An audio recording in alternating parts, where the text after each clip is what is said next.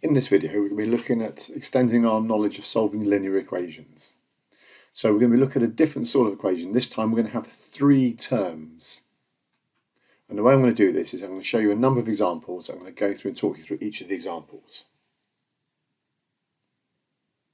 So example A, the first of the type, 3x plus 2 equals 6. Now the trick is you have to get the x's left on their own on one side of the equal sign. And to do that, we have to eliminate the plus 2, and the opposite of plus 2 is minus 2. So we subtract 2 from both sides, we end up with 3x equals 4, and then we can divide both sides by 3 and get x is 4/3. Look at section number B.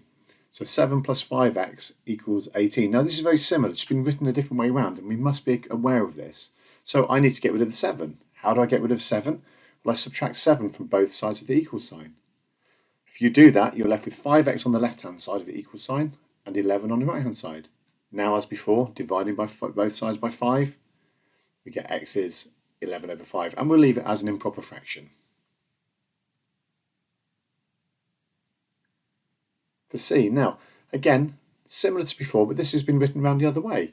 I want the x's left on their own, so I have to subtract 1 from both sides of the equal sign. That leaves me with 11 on the left-hand side and 5x on the right.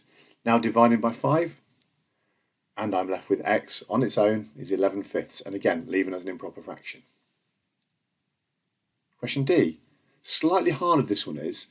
8 minus 3x equals 17. Now, as we did previously, we want to make the x's positive, so the trick is to change the sign of every single term in this whole equation.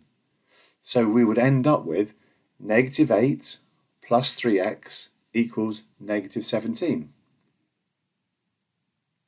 Now, I want to get the x's left on their own, so I need to add 8 to both sides, because the opposite of negative 8 is plus 8.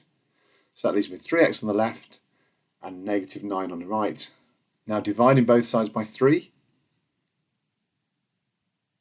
x is equal to negative 3. And you notice how the working has been shown here in every step. For E, okay, we're changing it slightly here. Still got 3 terms, but we've got a division this time.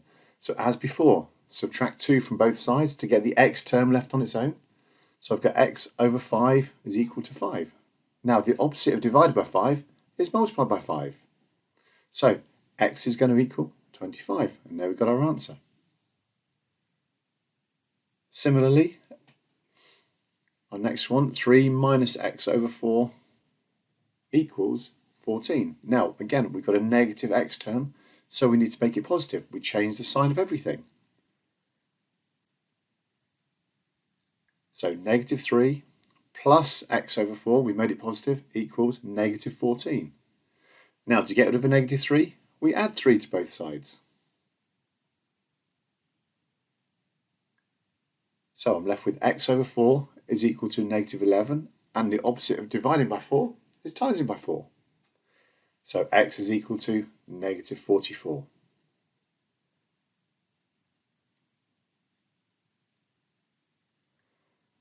Question G. So 4x over 5 plus 2 equals 9. Now get a bit more complicated, but we still do the same thing. We wanted the x term left on its own, so we subtract 2 from both sides. 4x over 5 is equal to 7. Now we're going to multiply both sides by 5. So 4x equals 35. And then we're going to divide both sides by 4.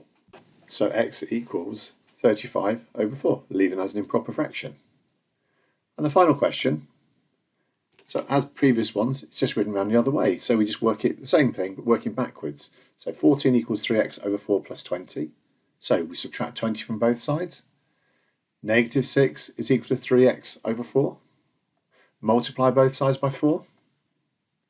So negative 24 is equal to 3x. Divide both sides by 3. And we end up with x is equal to negative 8.